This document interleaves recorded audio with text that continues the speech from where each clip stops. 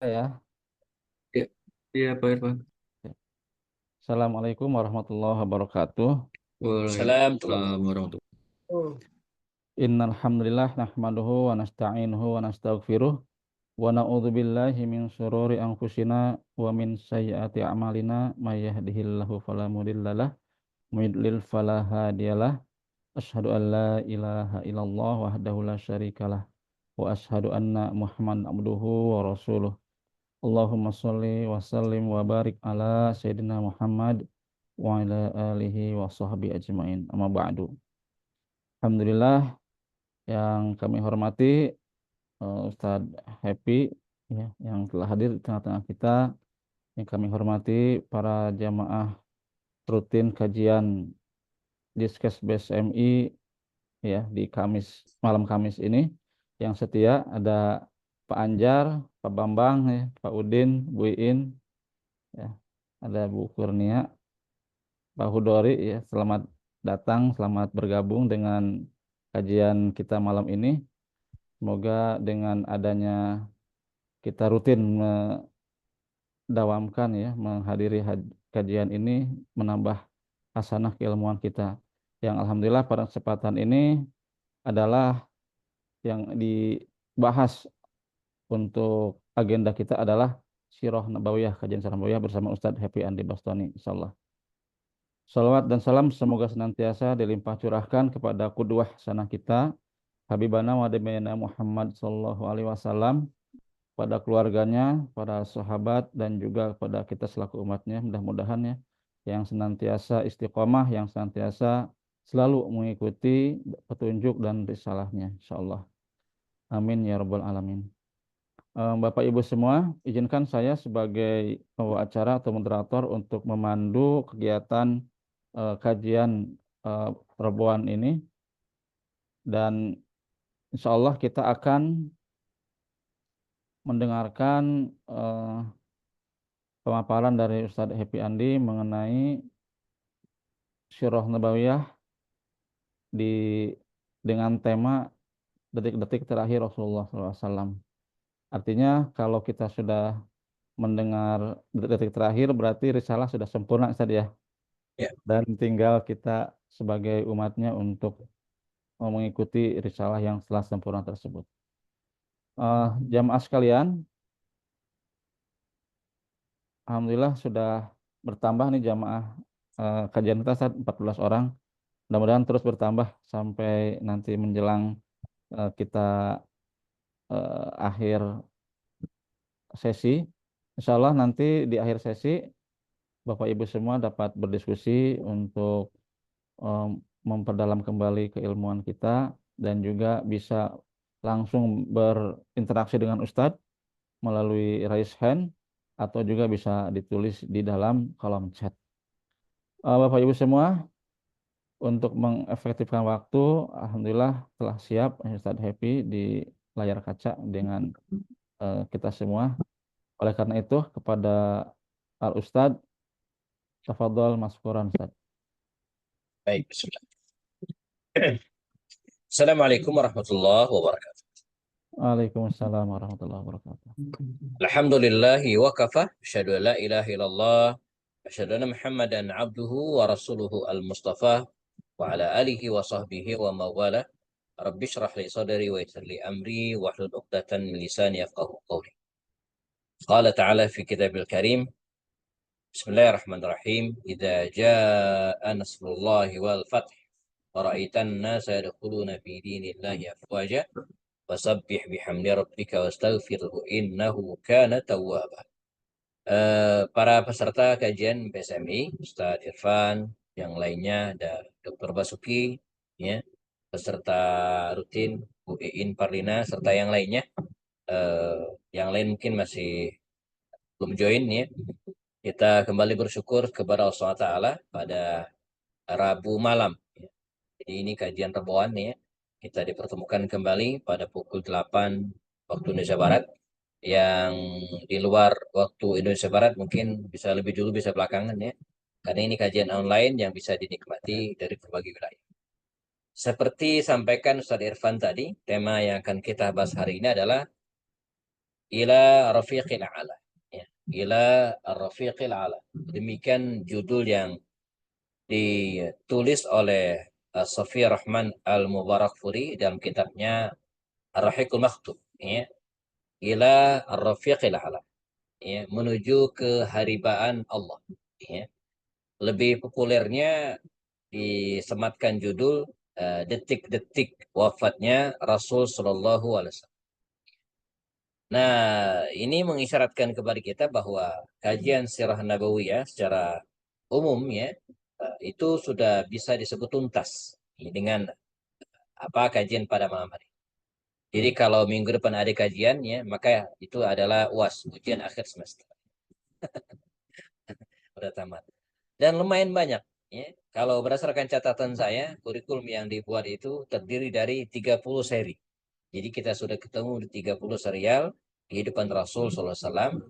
Next, sebagaimana sudah disiapkan, jika ingin diteruskan, ya, kita bisa mulai dari menelaah dan meneladani kehidupan Al-Khulafa Rasyidun. Ya.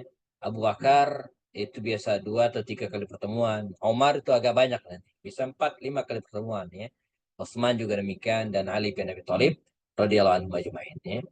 Dan itu untuk menambah wawasan kita, karena saya sering sampaikan para sahabat Nabi itu, ya, mengapa kita harus pelajari kehidupan mereka? Sebab para sahabat Nabi adalah jembatan kita untuk mengakses Rasulullah. Jadi kita tidak mungkin bisa mengenal Rasul kalau tanpa penuturan para sahabat. Dan para sahabat Nabi juga adalah teladan bagi kita. Jadi ada banyak hal yang mungkin tak dilakukan oleh Rasul, tapi dilakukan oleh para sahabat Nabi, dan itu menjadi syariat bagi kita. Ya. Baik, kalau bicara tentang detik-detik wafatnya Rasul SAW, ini artinya kita membahas, ya, beberapa hari, beberapa pekan, ya, sebelum wafatnya Nabi. Ya. Itu yang pertama. Yang kedua, biasanya juga, ya, kita membahas tentang jelang isyarat-isyarat perpisahannya Rasulullah SAW dengan para sahabatnya. Jadi jelas bahwa ajal, ya, kematian itu tidak ada yang tahu. Ya. Waktunya kapan? Nggak ada yang tahu. Tetapi kalau sudah datang tidak bisa ditunda dan tidak bisa dimajukan. Faidza jaa ajaluhum la yastakhiruna sa'atan wa la yastaqdimun. Tidak bisa dimajukan sesaat ataupun diundurkan sesaat. Clear, ya. Jadi kita tidak tahu kapan waktunya, dan kalau sudah tiba tidak bisa diundur. Namun, ya, dalam ketidaktahuan kita itu kadang sebagian, tak semua emang, ada isyarat. Isyarat yang diberikan oleh Allah Subhanahu wa taala bagi sebagian orang, tak semua, ya. Itu pun isyarat tersebut biasanya kita tahu dan ngeh setelah dia meninggal. Misalnya kita punya tetangga, sahabat dekat yang mungkin tidak apa namanya, tidak sakit gitu, ya, tiba-tiba meninggal. Mungkin kita suka menghubungkan, oh pantas, ya, 2 hari lalu postingannya begini. Nah, ya. Atau ketika saya ketemu kemarin dia kok agak lain gitu. Dia mengucapkan begini dan seterusnya gitu kan. Nah, jadi ini sebenarnya kan isyarat yang diberikan oleh Allah SWT. Saya ingat waktu dulu, waktu kecil, saya mungkin kelas 3 atau kelas 5, ya, SD, ketika kakek saya wafat tahun 87, ya. Nah, tapi saya udah ingat. Jadi kakek saya itu juga pedagang, ya, jadi dia punya toko gede, ya, di kampung. Waktu itu belum ada mart-mart seperti sekarang, ya. Jadi tokonya lumayan besar, menjual kelontongan, kebutuhan pokok masyarakat, juga sebagian hasil pertanian, ya, seperti karet, kemudian damar, ya, kopi dan seterusnya. Di mana masyarakat perkampungan waktu itu belum semua bisa mengakses ke perkotaan untuk menjual. Dia jual di kakek saya. Nah, pernah jelang dia meninggal, dia ke pasar besar gitu, pasar Butaraja. Nah, pulang-pulang belanja itu banyak, nggak seperti biasa. Nah, ada tetangga dekat, ya, waktu jelang maghrib ngobrol di masjid, ya, dia perhatikan, kak, kak, dia panggil kak Haji, kakak itu ini, ya, orang tua yang begitu, ya. Tumben kok belanjanya banyak sekali, tidak seperti biasa. Yang biasanya mungkin susu kaleng mungkin cuma 1 kardus ya. Ini kok sampai 3-4 kardus ya. Minyak sayur yang tadi yang mungkin kakek saya suka beli per kaleng gitu minyaknya, ini minyak apa namanya, minyak sayur ya. Ini kok banyak, bisa 2-3 kaleng. Beras juga biasanya 1 kuintal, ini kok banyak. Kok banyak banget belanjanya. Maka kakek saya menjawab begini, saya itu merasa usia saya tidak lama lagi. Kalau saya meninggal, saya pengen istri saya, maksudnya nenek saya, itu tidak begitu terasa saya tinggalkan karena stok barang sudah ada. Jadi dia sedikit bisa bernafas ya, dalam kurun beberapa bulan ke depan ketika saya meninggal. Dan betul jamaah, ya, tak sampai berbilang pekan setelah itu kakek saya wafat. Jadi kita tahu dan menghubungkan ya setelah dia meninggal tentu saja. Ya, jadi cerita ini ada setelah betul-betul dia meninggal ya.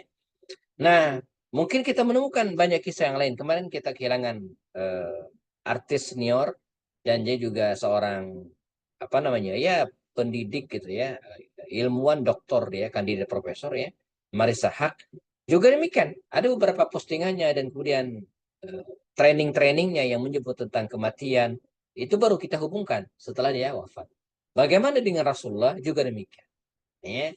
Di antara adalah ketika baginda Rasul mengirim Mu'adz bin Jabal, sahabat Nabi terkenal, Mu'adz bin Jabal ke Yaman, beliau memberikan wasiat. Ya, di antara wasiat yang dicatat oleh riwayat.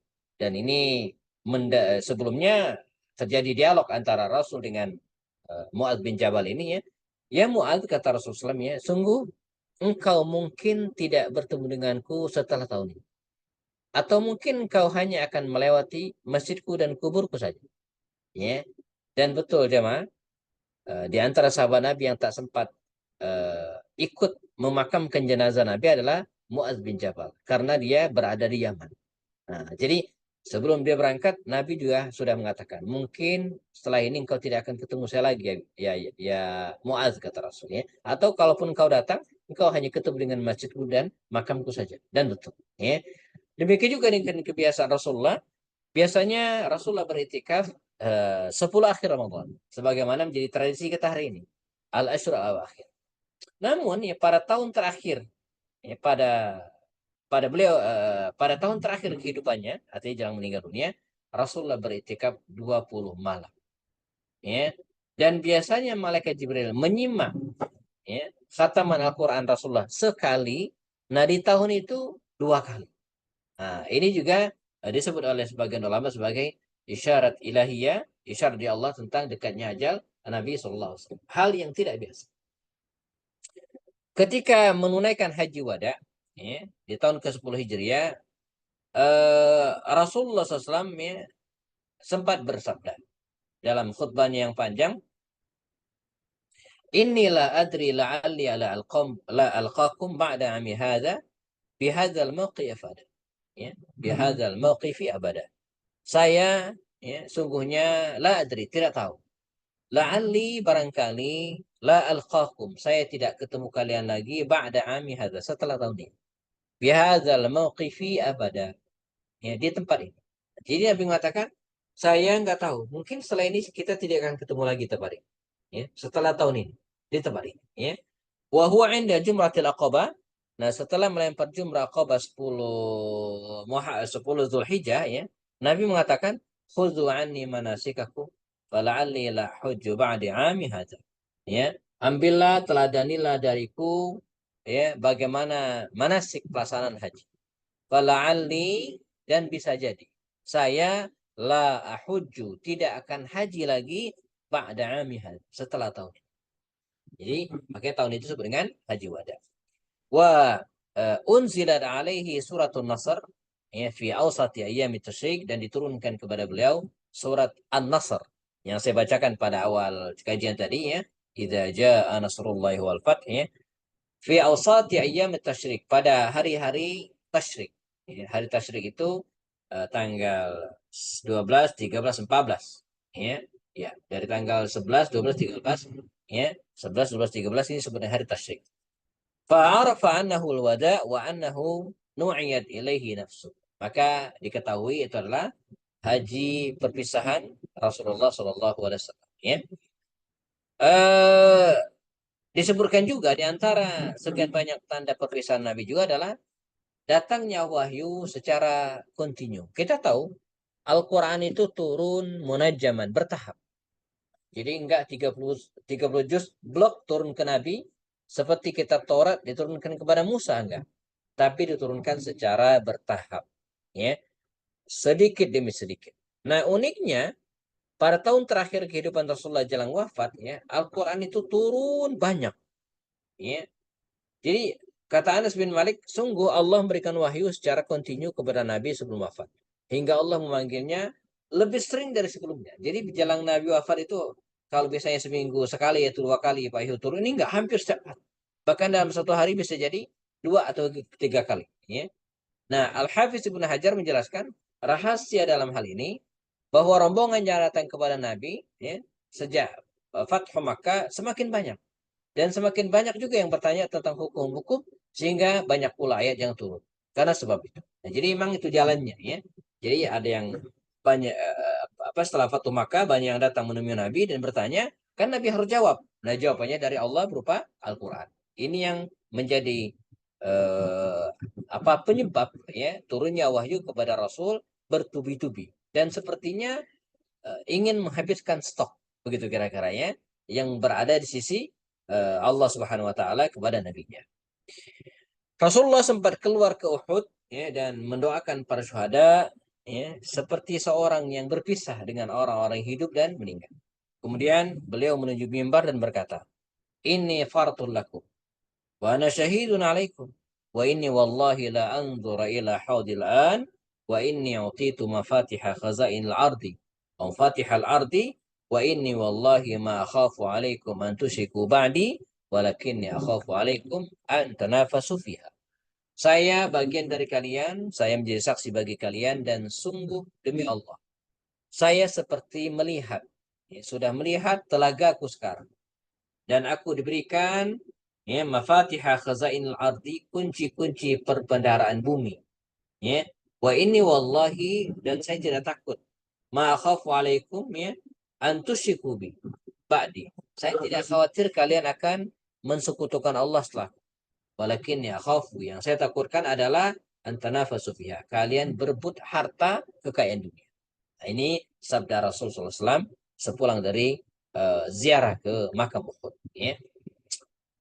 Nah, akhir Safar, ya, hari Senin akhir bulan Safar, Nabi kunjungan ke Baqi, pemakaman Baqi. Nah, jadi Rasulullah, ya, kita bahas pada pertemuan sebelumnya, pulang dari Haji Wada itu di terakhir bulan Zulhijjah. Jadi akhir Zulhijjah itu Nabi sudah berada kembali di Madinah. Lalu masuklah bulan Muharram, lalu Safar. Nah, ya, Muharram Safar. Di akhir bulan Safar, Rasulullah ziarah ke makam Baqi Al-Gharqad, tempat dimakamkannya kaum muslim.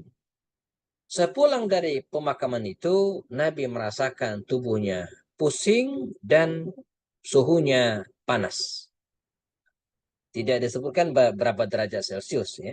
Tapi demikian dikisahkan, ya. Dan kalau dihitung waktunya, ya, sampai Nabi meninggal dunia, beliau sempat sakit 13 atau 14 hari. Karena di tanggal 12 Rabiul awalnya Rasulullah. Jadi beliau sakit mulai akhir Safar, ya, sampai tanggal 12 Rabiul awal, ya. Safar Rabiul awal. Jadi sekitar 13 atau 14 hari, ya, beliau sakit, ya. Nah, pekan terakhir Rasulullah jamaah karena memiliki istri lebih dari satu, maka beliau punya jadwal, ya, untuk tidur, menginap, bersama istri, ya. Nah, pada pekan terakhir sebelum meninggal dunia, itu jatahnya Aisyah. Jadi emang begitulah jadwalnya, dan ini menjadi kebanggaan bagi Aisyah belakang, ya. Lalu dalam sakitnya Rasulullah dipindahkan, dipapah oleh sepupunya Fadl bin Abbas dan Ali bin Abi Thalib ke rumah Aisyah. Dan kebetulan juga rumah Aisyah ini termasuk rumah yang paling dekat dengan tempat sholatnya Rasulullah. Hanya dibatasi oleh dinding saja dan hordeng, begitu kiranya, pintu, ya. Nah, maka sejak saat itu, ya, Rasulullah berada di rumah Aisyah, di kamar Aisyah. Ya. Rabu 5 hari sebelum wafat. Rasulullah minta mandi. Dan setelah merasa segar, beliau kemudian ke masjid dan berpidato. Apa kata Rasulullah? La'natullahi ala Yahudi wan Nasara. Ittakhadhu qubur anbiya'ihim masajidan. Allah melaknat orang Yahudi dan Nasrani lantaran mereka menjadikan makam kuburan para nabi itu sebagai masjid, sebagai tempat sholat. Ya. Qatalallahu al-yahuda wan nasara ittakhadhu qubur anbiya'ihim masajid. Ya. Allah membunuh, memerangi orang Yahudi dan Nasrani lantaran mereka menjadikan kuburan para nabi sebagai masjid. La tattakhidhu qabri wathanan yu'bad. Jangan kalian jadikan kuburanku sebagai wathanan yu'bad, sebagai berhala yang disembah. Nah, ini pesan Rasulullah SAW ya pada hari kelima dia sebelum wafat ya. Pada hari ini juga ya Rasulullah sempat menawarkan diri untuk dikismis. Nabi berdiri di atas podium dan mengatakan, "Man kuntu jalatu lahu dhahran, fahadha dhahri falyastakhdim. Wa man kuntu syatamtu lahu 'irdan, fahadha 'irdi falyastakhdimin." Barang siapa yang dulu pernah aku cambuk punggungnya, fahadha dhahri, maka ini punggung. Falyastakhdimin. Tuntutlah, balaslah. Ya. Wa man kuntu syatamtu lahu 'irdan. Barang siapa yang dulu saya maki, saya lecehkan kehormatannya, fahadha 'irdi falyastakhdimin. Maka ini kehormatanku, balaslah. Seketika berdirilah seorang sahabat Ukasha bin Mihsan. Ya. Ada yang mengatakan sahabat Nabi yang lainnya, tapi beberapa referensi menyebutkan nama ini, Ukasha bin Mihsan. Dia mengaku dulu pernah ya, dipukul oleh Rasul dengan tongkat ketika meluruskan barisan perang ya, saat itu. Ya. Dia menuntut agar Rasulullah agar membolehkan dia menuntut balas. Kita bisa apa bayangkan kondisinya para sahabat Nabi waktu itu, bahkan Salman Al-Farisi sampai berdiri ya, katanya kalau engkau menuntut balas ke saya saja yang Rasulullah. Enggak, karena Nabi memukul saya maka saya yang memukul Rasulullah. Maka Rasulullah membuka baju mendekatkan tubuhnya, memberikan tongkatnya kepada Ukasa dan mempersilakan Ukasa untuk memukul Rasulullah. Tapi kata Ukasa, yang ini membuat para sahabat Nabi marah waktu itu ya, ya Rasulullah, dulu Anda memukul saya dalam keadaan saya punggung saya tidak berbalut pakaian. Jadi saya ingin memukul Anda juga demikian. Ya, para sahabat tidak bisa menerima dan sempat ingin maju, tapi kata Rasul, tahan-tahan. Ya, Ukasa berhak untuk membalas. Maka Nabi membuka punggungnya. Apa yang kemudian terjadi jamaah? Ukasa membuang, ya, melemparkan ya, tongkat tersebut. Beliau lari, menubruk tubuhnya, menubrukkan tubuhnya ke tubuh Rasulullah, menempelkan tubuhnya ke tubuh Rasulullah tanpa alas. Kata Ukasa, ini yang saya inginkan Rasulullah.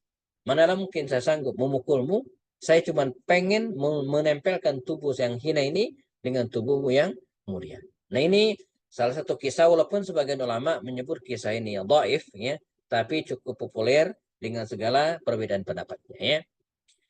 Seorang sahabat juga mengaku punya utang kepadanya 3 dirham. Ya, jadi dan ini penting ya. Maka Nabi meminta saudaranya sepupunya batal untuk membayar dan dibayarkan. Nah, jadi Rasul itu jamaah, ini bagian dari pelajaran bagi kita juga bahwa upayakan ketika dan pastikan ketika meninggal dunia itu tidak ada sokat utang lagi. Makanya tradisi kita menarik tuh. Kalau ada yang meninggal dunia, nanti sebelum dimakamkan, ada beberapa saudaranya berdiri dan kemudian mengatakan, wahai jamaah, ini saudara kami, orang tua kami, bla bla. Jika ada hutang, sokat paut dan seterusnya, maka sampaikan kepada kami. Sebab hutang dibawa mati, ini akan menghalangi kita masuk ke dalam surga. Ya, maka dipastikan ketika kita menghadap Allah, kita sudah menyelesaikan utang itu. Ya. Kamis, 4 hari sebelum wafat. Ya. Rasulullah ya, dikisahkan dalam sakit panasnya sempat ingin menulis sesuatu. Sementara kondisi beliau kadang sadar, kadang tidak. Ya. Umar mencegah karena khawatir ya, wasiat Rasulullah ini dalam kondisi tidak sadar. Ya. Dan terjadi perdebatan di antara para sahabat, akhirnya mereka bubar dan Nabi tidak jadi menulis surat wasiat. Beliau cuma memberikan 3 wasiat yang dicatat oleh riwayat. Apa itu? Usi bi ikhrajil yahudi wan nasara wal musyrikina min jaziratil Arab. Saya berwasiat, kata Rasulnya, agar mengeluarkan orang-orang Yahudi dan Nasrani serta musyrik di Jazirah Arab, Makkah dan Madinah. Ya. Wa usi bi ijazatil wufudi bi nawhi ma kana yujizuhum. Dan saya membolehkan berwasiat, ya, untuk kedatangan para utusan, ya, binahwi ma kana yujizuhum, ya, sekedar ya untuk kebutuhan mereka. Jadi kalau utusan boleh, tapi kalau apa namanya tinggal tidak dibolehkan, ya. Wa masali sufana si rawi, yang ketiga, rawi perawat hadis ini lupa dan mungkin tentang perintah untuk berpegang teguh kepada Al-Quran dan Sunnah atau untuk memberangkatkan pasukan Usama. Ya, ada yang mengatakan wasiat Nabi yang ketiga adalah as-salatu, ya, perintah untuk mendirikan salat, wa ma malakat aimanukum, dan membebaskan budak. Tapi poinnya dua tadi jemaah. Jadi Nabi memberikan wasiat agar meniadakan Yahudi dan Nasrani di Jazirah Arab. Nah, ini belum bisa dieksekusi. Baru bisa dieksekusi di masa Umar. Nah, di masa Umar, barulah orang-orang Yahudi itu, ya, dinyatakan tidak ada di Jazirah Arab, bahkan termasuk di Khaybar. Ya, jadi di Khaybar itu kan pusat keberadaan orang-orang Yahudi setelah mereka terusir ke Madinah. Nah, di masa Umar, mereka pun, ya, disuruh pindah oleh Umar, dan mereka pindah ke arah Syam, ke darat Yordan hari ini, ya, ke atasnya, dan tidak termasuk wilayah Makkah dan Madinah lagi, ya. Nah, namun di masa Umar tetap menerima utusan non-Muslim Makkah Madinah, ya. Orang-orang Persia diterima. Di masa sekarang tidak. Nah, jadi sekarang Madinah, Makkah itu clear dari non-Muslim. Tidak boleh non-Muslim masuk ke Makkah dan Madinah. Mereka kalau menemui Raja Arab Saudi, ya, akan ketemu di ibu kotanya, di Riyadh, atau di mana, Jeddah, atau mungkin di Damam dan kota-kota yang lainnya. Tapi tidak di Mekah dan Madinah. Gitu, ya. Baik. Nabi di Kamis malam sempat mengimami sholat maghrib. Ya. Namun pada sholat Isya, beliau tak sanggup lagi berdiri. Bahkan sempat pingsan, dan akhirnya sholat dipimpin oleh Abu Bakar Siddiq sejak saat itu. Ya. Makanya Aisyah, ya, sempat protes, ya, karena Abu Bakar Siddiq terus yang jadi imam dengan suaranya yang pelan, dengan suara yang lembut, dan kadang gampang menangis. Jadi Aisyah sempat mengatakan kepada Rasul, ya Rasulullah, ya, mbok, ya, jangan Abu Bakar terus yang jadi imam, gantian yang lain, ya, untuk menjadi imam. Tapi Nabi tetap kekeh meminta Abu Bakar menjadi imam, seraya berkata, Inna kunna la antunna sawahibu Yusuf, muru Abu Bakar fal yusalli bin nas. Kalian ini, kata Rasul, seperti wanita-wanita di zaman Nabi Yusuf. Banyak permintaannya, banyak protes begitu kira-kira, ya. Wanita-wanita di zaman Nabi Yusuf juga demikian, ya. Muru Abu Bakar fal yusalli bin nas. Tetap perintahkan Abu Bakar dan yang pimpin sholat, ya. Maka sejak itu kalau kita hitung, ya, dari Jumat, Sabtu, Ahad, 3 hari, ya, lamanya Abu Bakar jadi imam sholat, sementara Nabi masih hidup. Ditambah lagi waktu subuh hari Senin dan Isya waktu malam Jumat. Jadi kalau totalkan ada 17 kali sholat dipimpin oleh Abu Bakar sementara Nabi masih hidup, ya. Hari ketiga sebelum wafat, qala Jabir, sami'tu Nabiyya sallallahu alaihi wasallam qabla mautihi bi thalas wa huwa yaqul ala la yamutu ahadun minkum illa wa huwa yuhsinu dhanna billah. Jabir menuturkan, saya mendengar Rasulullah bersabda 3 hari sebelum meninggal. Ya. Apa kata Rasul? Ala la yamutu ahadukum minkum. Ala la yamutu ahad minkum. Hendaklah jangan sampai salah seorang di antara kalian meninggal illa wa huwa yuhsinu al-dhanna billah, kecuali dia dalam keadaan berprasangka baik kepada Allah. Makanya husnuzan itu bukan hanya kepada orang, tapi juga kepada manusia. 2 hari sebelum wafat, Rasulullah yang sempat merasakan dirinya relatif membaik. Maka dia pun dipapa menuju ke masjid, dan kala itu Abu Bakar sedang bersiap mengimami jamaah. Melihat kedatangan Nabi, Abu Bakar segera mundur, untuk bersilakan Nabi maju, tapi Nabi memberikan syarat agar Abu Bakar tidak mundur. Maka Nabi pun didudukkan di samping Abu Bakar dan Abu Bakar mengikuti gerakan Rasulullah SAW. Ini hari Sabtu. Hari Ahad, Nabi memerdekakan para pembantu laki-lakinya. Menyedekahkan 7 dinar uangnya dan memberikan senjatanya kepada kaum muslimin sebagai wakaf. Baju besinya digadaikan ke seorang Yahudi seharga 30 sok gandum dan kemudian ditebus. Jadi sehari sebelum meninggal, jemaah, Nabi ini udah selesai. Udah selesai semua. Enggak ada lagi ya harta yang dimiliki. Ya. Putrinya masih ada. Waktu itu Fatimah radhiyallahu anha ya, dan sudah mandiri menikah dengan Ali bin Abi Thalib. Nah, jadi Nabi meninggal dalam keadaan betul-betul sempurna. Adal amanah. Amanah sudah selesai. Lalu kemudian apa lagi? Risalahnya udah beres. Ya. Makanya ini barangkali harus menjadi harapan kita semua. Ya. Saya serang terinspirasi dari kisah wafatnya Nabi ini ya. Dan menjadi harapan kita semua meninggal dalam keadaan siap. Ya. Artinya apa? Telah menunaikan segala amanah. Ya. Saya ingat kakek saya dulu lagi-lagi. Karena waktu kecil saya lebih banyak tinggal dengan kakek saya almarhum. Dia sempat, ini bagian dari doanya dan kemudian sampaikan kepada keluarga kita semua. Katanya apa? Saya selalu berdoa kepada Allah agar tidak meninggal kecuali setelah anak saya sukses. Ya, setelah anak saya menikah. Jadi dia tidak berharap meninggal dalam keadaan meninggalkan anak-anak yang sedang masih perlu bimbingan, belum menemukan jodohnya, ya, belum sempurna pekerjaan so gitu kan, menelantarkan. Jadi kita tidak ingin ya kita meninggal sementara anak-anak telantarkan, apalagi anak-anak hari ini ya tidak cepat mandiri. Dan saya jadi ingat lagi kisah tentang Sa'ad bin Abi Waqqas, dan ini menjadi doa saya hari-hari. Jadi Sa'ad bin Abi Waqqas itu jamaah dalam kitab kebetulan di depan saya ada kitab. Dalam kitab ini saya dituliskan ya. Judul aslinya Buyutul Mubasysyirin bil Jannah. Kisah orang-orang yang masuk surga ya. Kisah keluarga orang-orang yang masuk surga. Di sini terjemahkan dengan profil keluarga 30 sahabat Nabi jamin surga. Nah, Sa'ad bin Waqqas itu dikisahkan di usianya 60 tahunan, udah tua, anaknya masih kecil-kecil. Anaknya banyak kecil-kecil. Pada usia sudah masuk usia 60 tahun. Maka dia berdoa. Dan ini juga sering saya doakan. Saya suka pakai. Apa kata Sa'ad bin Waqqas? Rabbana ya Allah, ya, inna baniya sighar. Fal yuakhiril mauta hatta yablughu. Nah, ini doa Sa'ad bin Waqqas. Ya Allah, kata Sa'ad, sungguhnya anak-anak saya ini masih kecil. Inna baniya sighara. Anak saya masih kecil. Fal yuakhiril mauta. Tolong akhirkan kematian saya. Hatta yablughu. Sampai mereka mandiri. Sampai mereka dewasa. Dan qadar Allah, ya, Sa'ad bin Waqqas meninggal di usia 80-an. Artinya Allah mengundur dalam tanda kutip. Kita nggak tahu apa takdir. Ini kan usaha bagian doa ya. Sampai 20 tahun. Jadi setelah doa itu Allah mewafatkannya 20 tahun kemudian ketika anak-anaknya sudah full mandiri.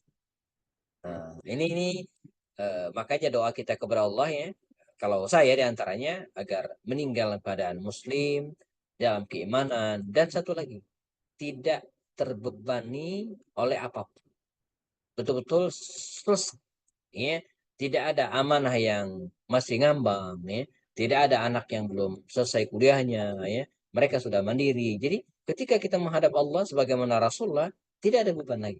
Ya. Sehingga doa yang dibaca oleh para musallin, orang-orang yang sholat sholat jenazah pada rakaat keempat dalam mazhab Syafi'i, ya, ada kalimat wala taftinna ba'dahu waghfir lana wala, ya, wala taftinna ba'dahu, ya Allah janganlah engkau jadikan fitnah setelah kematiannya.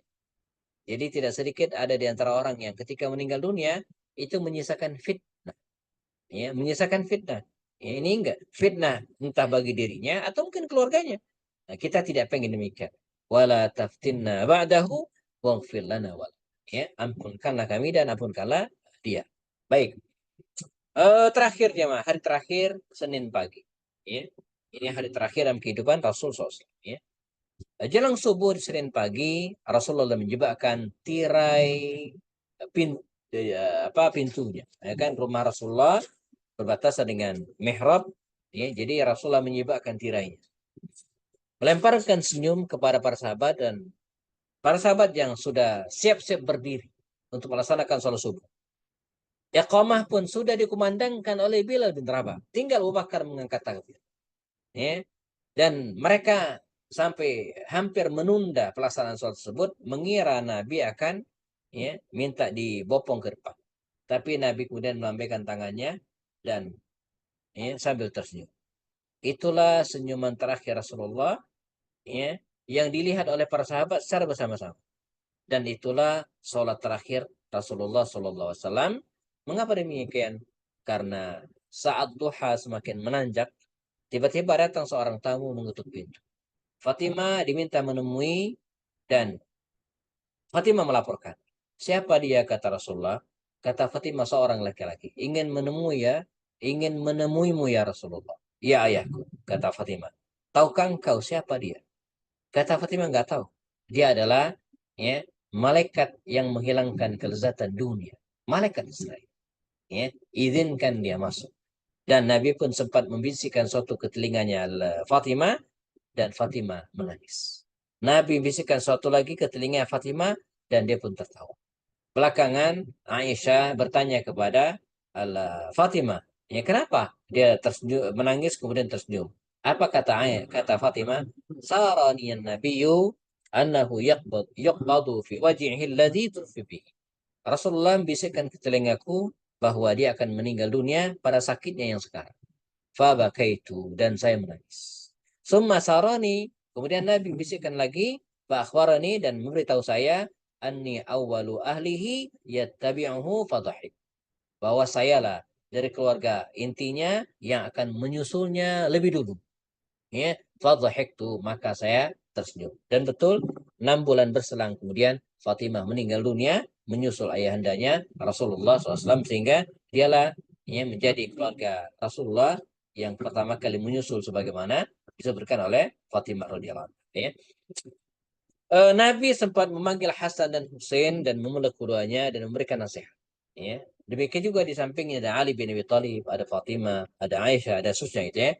Dan Nabi sempat berkata kepada Aisyah. Apa kata Rasulullah? Ya Aisyah, wahai Aisyah, ma zalu ajidu alam at-ta'am alladhi akaltu bi Khaybar, fa hadha awan wajadtu qata'i abhari min dzalika sam. Wahai Aisyah, saya sepertinya masih merasakan sakit akibat racun yang saya telan ketika perang Khaybar dari seorang wanita Yahudi. Pernah kita jelaskan, ya.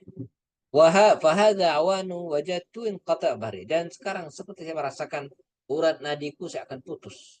Urat nadiku seperti akan putus. Min dzalikas sam, karena akibat racun tersebut. Nah, dari hadis sahih ini jemaah, kemudian para ulama berbeda pendapat. Sungguhnya yang menyebabkan wafatnya Rasul itu apa?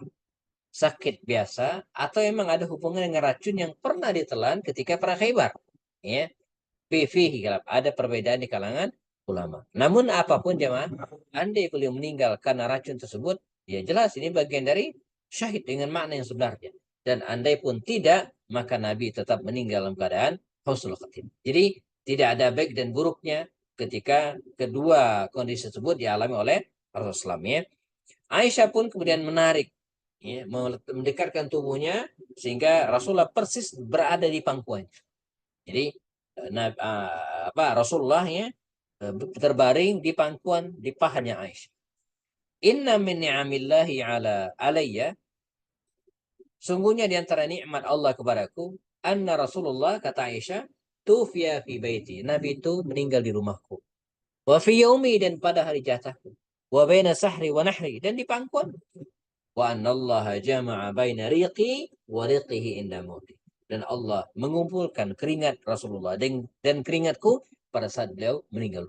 Nah, ini keutamaan Aisyah yang tidak dimiliki oleh istri yang lain, ya. Abdurrahman ibn Auf sempat masuk membawa siwak dan Nabi pun bersiwak.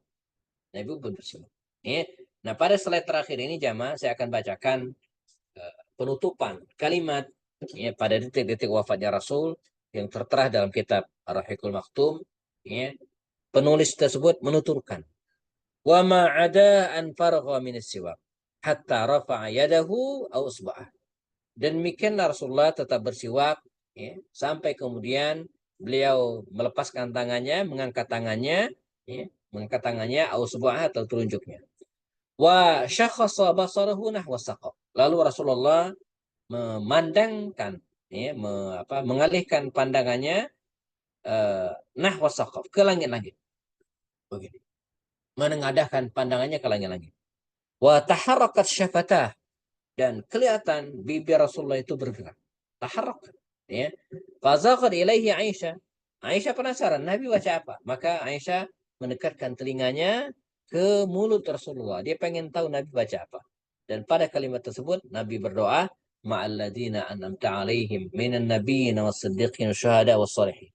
Allahumma ighfirli warhamni wa alhiqni birrafiqil a'la. Allahumma ar-rafiqil a'la. Ya.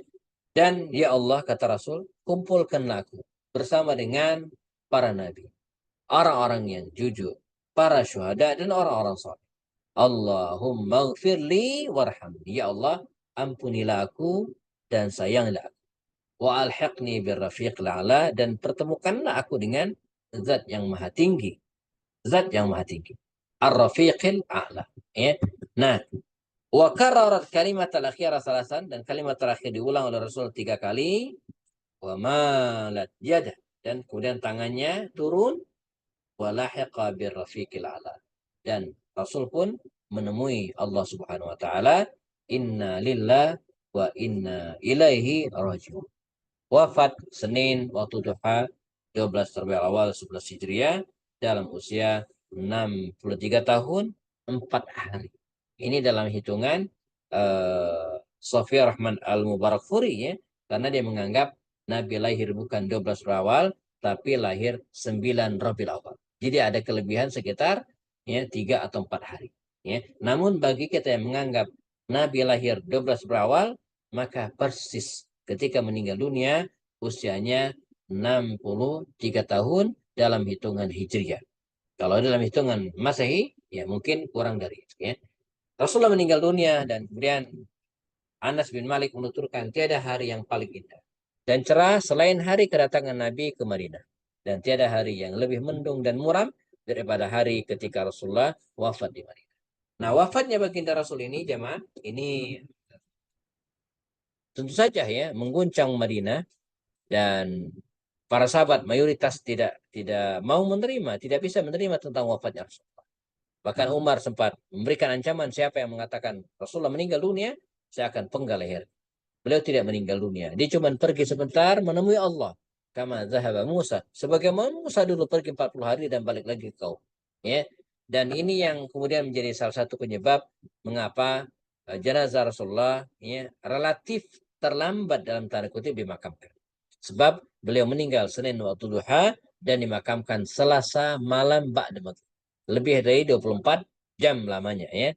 Dikarenakan mereka tidak percaya kalau Nabi meninggal, juga harus menyelesaikan kepemimpinan Abu Bakar Siddiq, memilih beliau menjadi pemimpin khalifah, dan satu lagi proses memandikan, mengkafani, dan pelaksanaan sholat yang butuh waktu yang lama, sehingga jenazah Rasulullah baru dimakamkan keesokan harinya di kamar beliau, di kamar Aisyah sampai hari. Ya. Nah, ini jemaah kisah tentang wafatnya Rasulullah. Dan jika memungkinkan, next kita akan bahas proses terpilihnya Abu Bakar Siddiq menjadi khalifah, serta siapakah Abu Bakar Siddiq tersebut, dan kisah-kisah yang lainnya. Jam di studio jam 8.45. Saya serahkan ke Ustaz Irfan. Ada waktu 15 menitan barangkali menuju jam 9. Kita isi dengan diskusi jika diperlukan. Assalamualaikum warahmatullahi wabarakatuh. Waalaikumsalam warahmatullahi wabarakatuh. Alhamdulillah, Ustaz, jazakallahu khair atas paparannya yang tadi kita sudah dengarkan semua, begitu jelas, ya, runutannya dari mulai isyarat-isyarat Nabi untuk di akhir-akhir hayatnya, juga sampai Nabi menjelang wafatnya. Para jamaah sekalian, dalam 15 menit ke depan silakan kalau ada yang ingin berdiskusi langsung untuk raise hand atau ditulis di kolom chat, silahkan. Ya. Sambil menunggu mungkin Ustaz, dari Anas Ustaz, ada sedikit yang ingin ditanyakan. Apa Ustaz, kalau eh, Nah, silakan. makam Rasulullah SAW, ya, makam Aha. Rasul itu kan ada di masjid Ustaz ya. Dan apakah itu eh, waktu sebelum Rasulullah SAW atau pas waktu Rasulullah SAW itu terpisah dari Masjid Nabawi Ustaz. Tapi sekarang berada dalam komplek Masjid Nabawi. Apa tidak termasuk dari wasiat Nabi yang di awal tadi Ustaz? Ya. Bismillah ya. Jadi kalau kita lihat makam Rasulullah SAW hari ini ya, itu sebenarnya tetap berada di area luar masjid, bukan di dalam masjid, di sebelah kiri masjid. Karena itu Masjid Nabawi itu sebegitu sering diperluas dari zaman ke zaman, dari masa ke masa, selalu ya, perluasannya itu ke arah kanan dan ke arah belakang. Tidak pernah ke depan ataupun ke kiri. Sebab kalau ke depan, berarti nanti raudhah, makam mimbar Rasul berada di tengah. Sementara mimbar harus berada di depan. Maka perluasan Masjid Nabawi tidak ke depan. Kalaupun ke depan, maka tidak dipakai untuk sholat. Jadi depan Masjid Nabawi itu ada, tapi tidak dipakai untuk sholat lima waktu. Sholat sunnah, yes. Karena imamnya berada di belakang. Satu. Yang kedua, dia selalu ke kanan perluasan Masjid Nabawi. Sampai titik terakhir ketika Museum Rasulullah, Museum Asmaul Husna dirobohkan, itu sebelah kanan masjid untuk perluasan. Tidak ke kiri. Sebab kalau ke kiri, nanti makam Nabi ada di tengah masjid. Itu tidak dibolehkan. Jadi Masjid Nabi itu perluasannya kalau tidak ke kanan, dia ke belakang. Ke arah utara. Ya, ke arah Uhud. Gitu ya. Jadi bahkan hari ini dari Masjid Nabawi itu kita bisa melihat bukit Uhud. Dan ada tanah lapang ya, jadi membuka peluang bagi jamaah yang membludak di musim-musim tertentu, musim haji atau kemudian Idul Fitri, Idul Adha ya, dia akan tetap menampung karena di belakangnya dibuat kosong ya. Nah, jadi sekali lagi sampai hari ini makam Rasul itu tetap hitungannya di luar, di pinggir masjid, bukan di tengah di dalam masjid.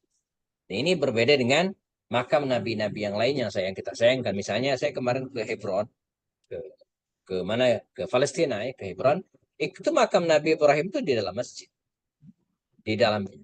Jadi karena apa? Karena Hebron itu sudah dikuasai oleh 50% sudah dikuasai oleh orang-orang Israel. Ya. Bahkan kalau kita pengen masuk ke Masjid Al-Khalil Ibrahim itu, ya izinnya ke Israel. Kita diperiksa habis-habisan, melebihi periksa imigrasi. Ada ekstrainya, lihat identitasnya, semua gitu kan. Karena separuh Masjid Hebron itu sudah berada dalam kekuasaan Zionisme. Ya. Jadi mereka meletakkan makam-makam tersebut di dalam masjid. Nah, agak berbeda dengan negara-negara yang masih Muslim full, misalnya Uzbekistan. Ya, saya tahun lalu atau tahun lalu ke Uzbekistan 8 hari, mendatangi beberapa makam bersejarah. Misalnya makam Syekh Samarkandi, ya, seorang ulama terkenal. Saya masuk, saya kira masjid karena megah gitu kan. Begitu masjid ada karpetnya. Ternyata itu bukan masjid, tapi itu makam. Dan tidak boleh sholat di situ. Jadi kalau ada yang pengen sholat itu dilarang oleh dia. Ini bukan masjid, ini makam. Ya. Jadi kalau baca Quran yes gitu kan. Tapi kalau sholat enggak. Ini bukan masjid gitu. Ini makam. Walaupun bentuknya seperti masjid. Karena ada kubahnya, ada segi, ada karpetnya, di tengahnya makam gitu ya. Nah, demikian juga di mana lagi di? Iya, disamarkan di. Saya kemarin nggak sempat ke makam Imam Bukhari saja karena ditutup ya. Ke makamnya Qutsam bin Abbas, ya, sepupu Rasulullah yang juga makamnya ada di Uzbekistan. Sama, ya. Dia tidak boleh sholat di situ, hanya berdoa saja berdiri. Karena bukan masjid. Ya. Baik. Ada lagi? Monggo. Baik Ustaz, jazakallahu khairan. Ada dari chat Ustaz. Ya. Apakah benar hanya orang yang amal baiknya yang dapat merasakan akan kembali kepada Allah? Ya, ini tidak semua ya. Jadi kita tidak bisa mengeneralkan bahwa bahkan ada orang soleh pun, ya, jika bisa jadi nggak ada isyarat-isyarat itu. Jadi nggak mesti. Sekali lagi tidak mesti. Ya. Tidak mesti ada isyarat. Itu pun biasanya kita menghubungkan saja ya. Walaupun sebenarnya kadang bukan, tapi kita hubung-hubungkan saja. Misalnya gini, ada tetangga kita orang soleh belum tiba meninggal dunia. Kita menghubungkan tuh. 2 hari lalu emang agak beda sih. Dia lebih pendiam. Padahal sih nggak juga gitu ya. Dia emang orang pendiam. Nah, jadi sekali lagi isyarat tadi itu ya perasaan akan meninggal itu tidak general, tidak diberlakukan untuk semua. Nah, jadi peta komplainnya bukan soleh atau tidak soleh, tapi bagi orang-orang yang dikehendaki oleh Allah SWT. Jadi walaupun dia soleh, belum tentu ada isyarat seperti itu. Karena kita nggak tahu ajal ya, kapan waktunya.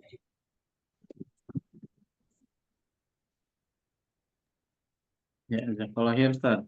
Um, Barangkali ada yang langsung untuk berdiskusi. Ada Dokter Prita.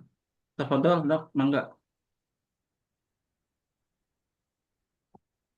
Ya, Allah ya. ya, terima kasih Pak Irfan. Assalamualaikum warahmatullahi wabarakatuh.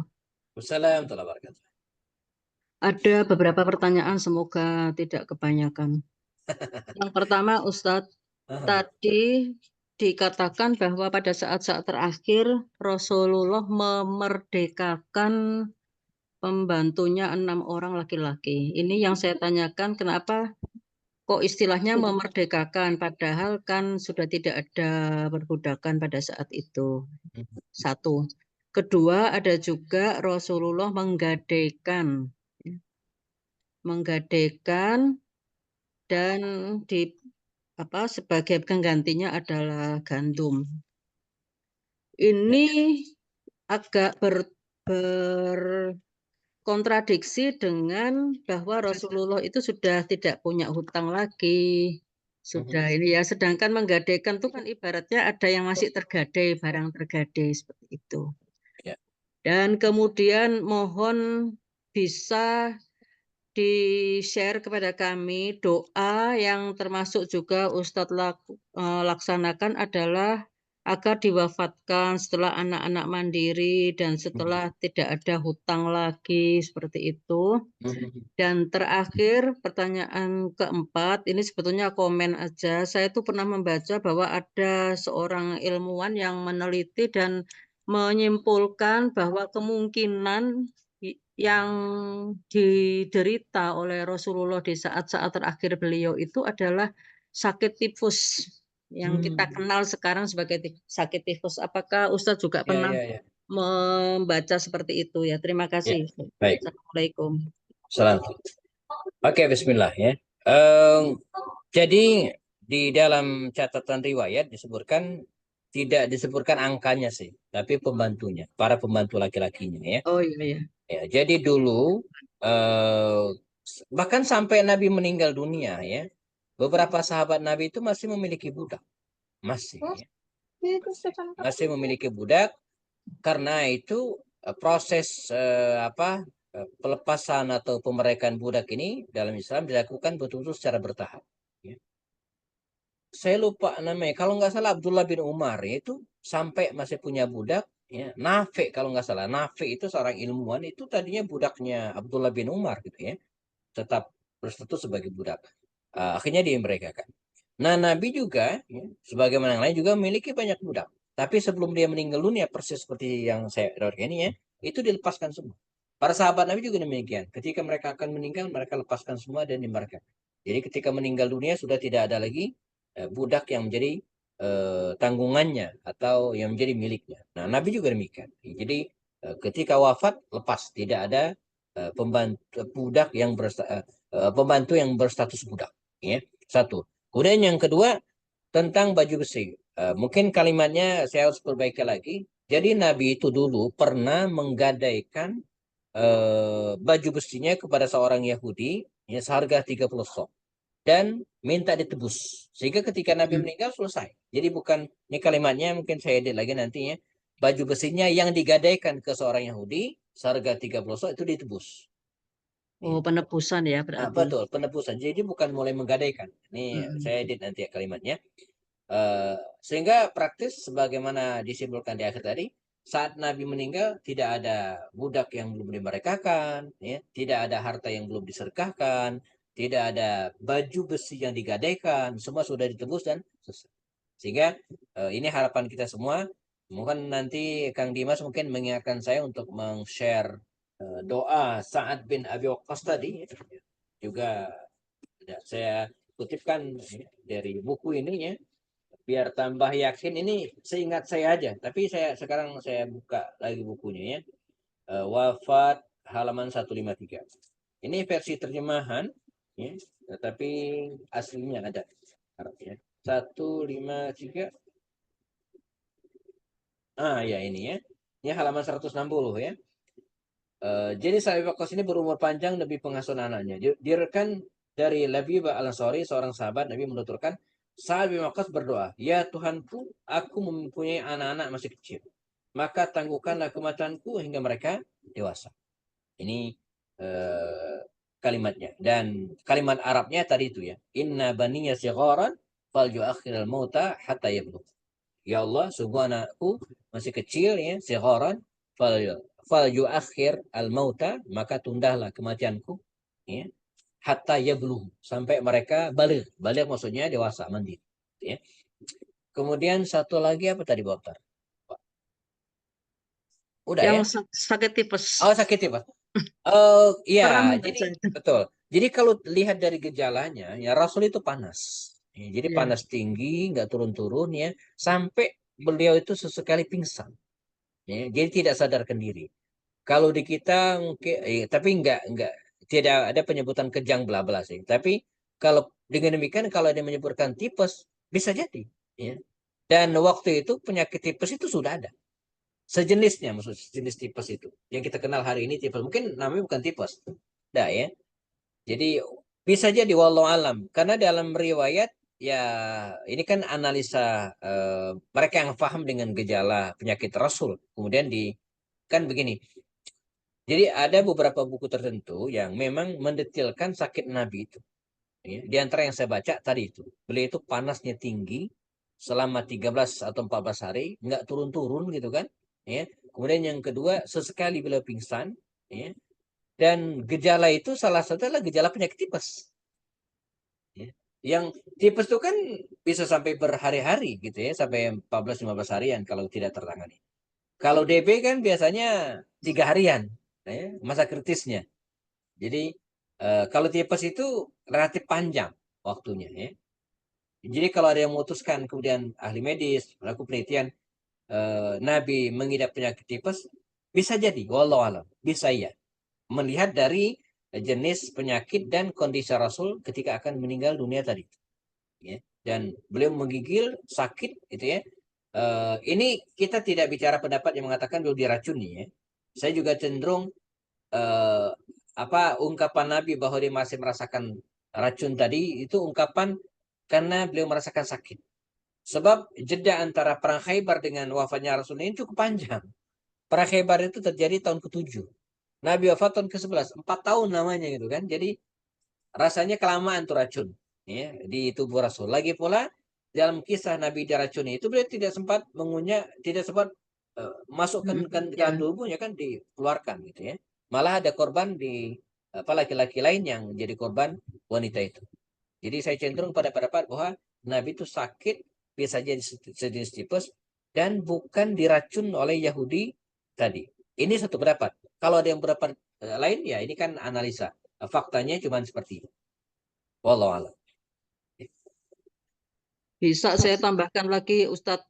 Monggo.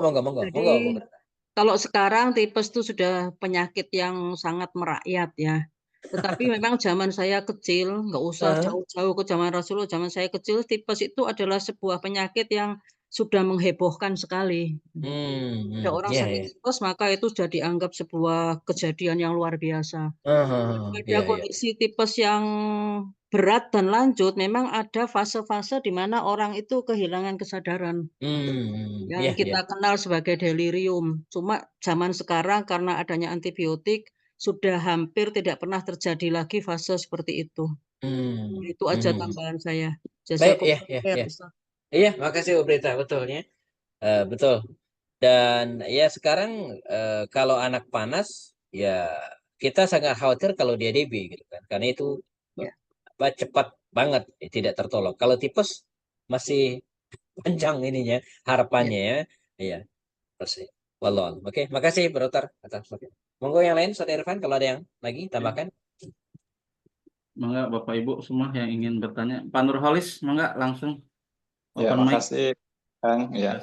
Ya. Assalamualaikum warahmatullahi wabarakatuh, Ustaz. Izin Salam, tanya, Ustaz. Warahmatullahi Dari Bengkulu, Ustaz. Terkait dengan mencintai Nabi, Ustaz.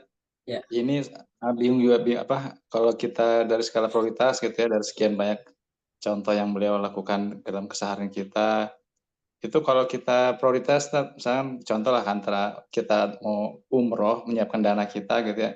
Kalau uang kita nggak berseri sih nggak masalah, Ustaz ya. Ini uang kita kan ada serinya.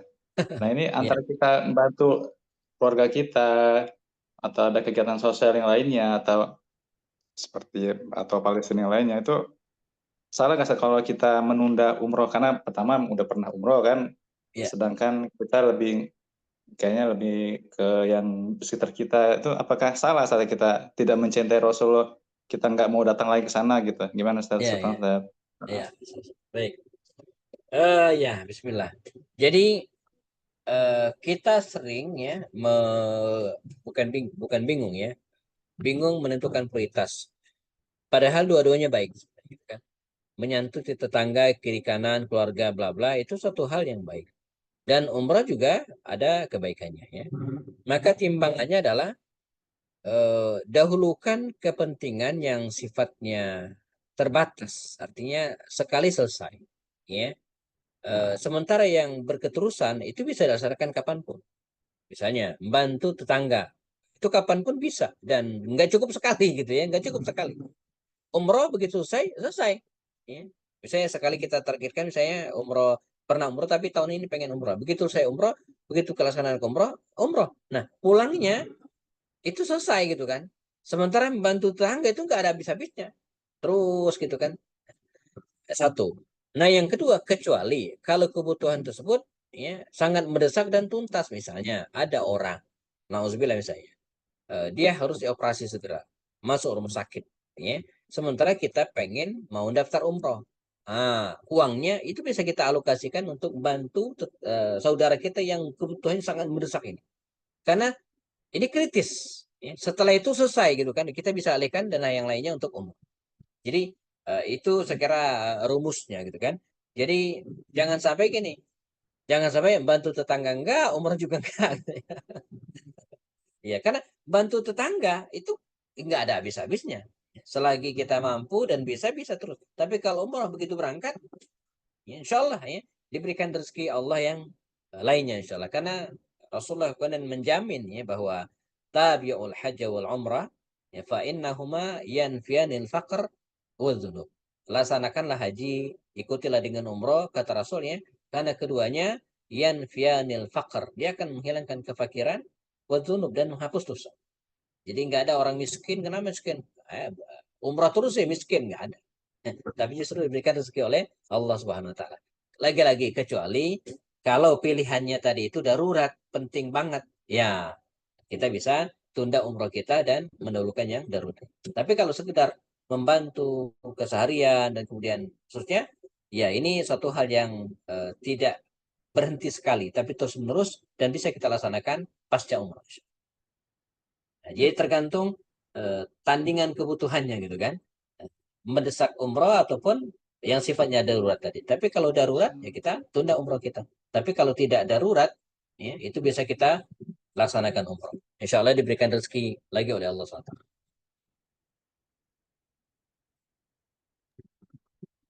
Kalau akhir Ustaz. Ya, Pak Nurholis sudah cukup ya?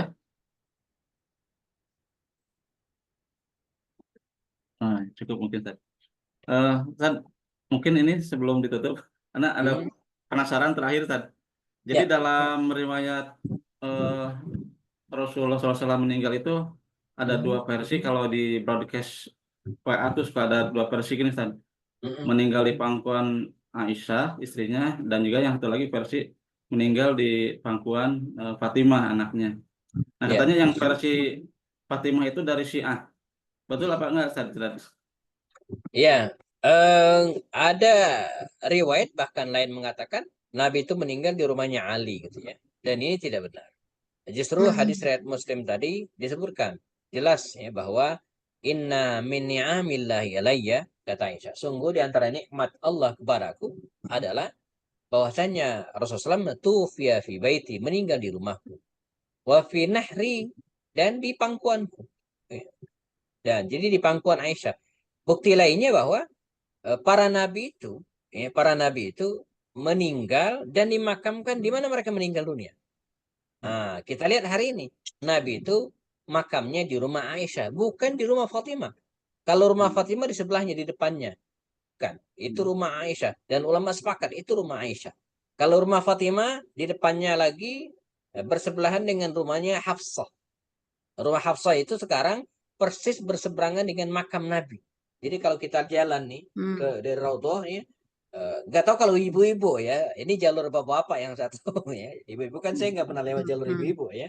Nah, kalau jalur bapak kita masuk tuh, ya sebelah kiri itu makam Rasul. Ya, itulah rumah Aisyah. Nah sebelah kanan itu ada pintu yang masih kebuka sampai sekarang. Ya, dan dipakai untuk masang CCTV. Saya hafal karena hampir setiap bulan saya tahu gitu ya. Itulah rumah Hafsah. Nah, sebelah kanannya itu rumah Fatimah. Jadi Aisyah dulu kalau dia pengen melihat Fatimah, dia tinggal buka jendelanya, dan Fatimah buka jendela juga, kedua-duanya bisa ngobrol. Artinya berdekatan. Adapun Hafsah ya, rumahnya itu juga berseberangan dengan Aisyah ya, dan ini atas permintaannya. Jadi Umar dulu ketika melakukan perluasan Masjid Nabawi, ada beberapa rumah yang harus dirobohkan. Di antaranya rumah putrinya Hafsah.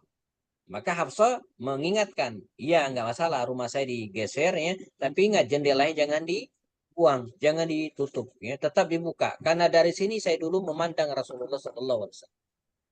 Jadi Umar dulu ya menggeser rumah ini ya supaya apa? Tempat ya para peziarah yang ingin mendatangi Rasulullah SAW. Dan itu permintaan Hafsah. Sehingga sampai hari ini ya jendela rumah Hafsah itu tetap terbuka 24 jam. Ya, dan ya, karena pintu yang terbuka bahkan terbuat dari kayu, tentu saja bukan kayu di zaman Nabi dulu, bukan, tentu sudah diganti gitu ya. Dan di situ dipasang alat ya semacam CCTV lah begitu. Ya. Jadi clear menurut saya ya, riwayat Aisyah lah yang, atau di rumah Aisyah, di pangkuan Aisyah lah Rasulullah SAW itu meninggal. Bukan di rumah Fatimah atau di pangkuan Fatimah. Kalau Ustaz. Ya, Masya Allah. Ya, jamaah sekalian, mungkin karena waktu juga sudah menunjukkan pukul 9:08. Alhamdulillah, mungkin untuk kajian kita malam ini kita akhiri sampai di sini. Insya Allah bila nanti ada waktu dan kesempatan yang tersedia untuk waktu yang akan datang, bila mana untuk kelanjutan dari Sirah Nabawiyah ini dilanjutkan, maka akan diteruskan dengan Sirah Khulafaur Rasyidin saja. Ya. Iya. Insyaallah mudah-mudahan kita dikaruniakan umur dan kesempatan sehingga bisa bersama-sama kembali mengkaji sirah sahabat dan juga sirah Khulafaur Rasyidin gitu. Demikian yang dapat disampaikan jamaah sekalian. Saya sebagai pembawa acara mohon maaf apabila banyak kekurangan. Jazakallahu khair kepada Ustaz Happy dan juga kepada jamaah yang telah hadir mengikuti kajian ini. Saya tutup saja dengan doa akhirul majlis. Subhanakallahumma wa bihamdika asyhadu an la ilaha illa anta astaghfiruka wa atubu ilaik. Assalamualaikum warahmatullahi wabarakatuh. Waalaikumsalam. Waalaikumsalam warahmatullahi wabarakatuh. Jazakumullah khairan.